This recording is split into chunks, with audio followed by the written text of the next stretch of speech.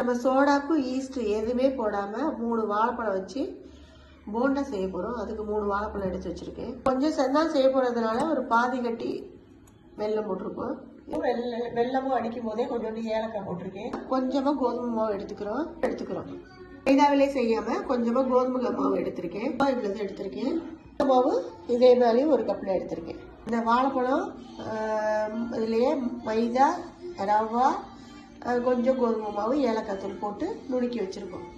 பிடிச்சோன்னு இப்படி இருக்கும். தேங்காய் பூ கொஞ்சம் போட்டுருக்கோம். போண்டா மாவு ரெடி. நம்ம இப்படி சின்னதாக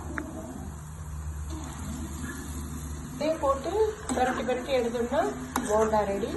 நம்ம எதுவுமே சோடா எதுவும் போடலை, ஒன்லி வாழைப்பழம் மட்டும்தான் போட்டிருக்கோம். ஏன்னா 1 மணி நேரம் அப்படியே அடிச்சுட்டு வச்சுருக்கோம். போண்டா பாருங்க, சாஃப்டாக இருக்குது பார்த்தீங்களா. நம்ம ரவா, மைதா, கோதுமை மாவு 3 சேர்த்து போட்டிருக்கோம். வாழைப்பழம் தான் சேர்த்துக்கோம். சோடா எதுவும் போடலை. குழந்தைங்க பெரியவங்க இனிப்பு அளவாக போட்டுக்கிறதுனால யார் வேணாலும் சாப்பிட்லாம். நம்ம சின்ன கப்பால் 1 கப்பு ரவா, 1 கப்பு மைதா, 1 கப்பு கோதுமை மாவு போட்டு 3 வாழைப்பழம், பாதி வெல்லம். இனிப்பு தேவைன்னா நிறைய தேவைன்னா 1 வெல்லம் போட்டுக்கலாம்.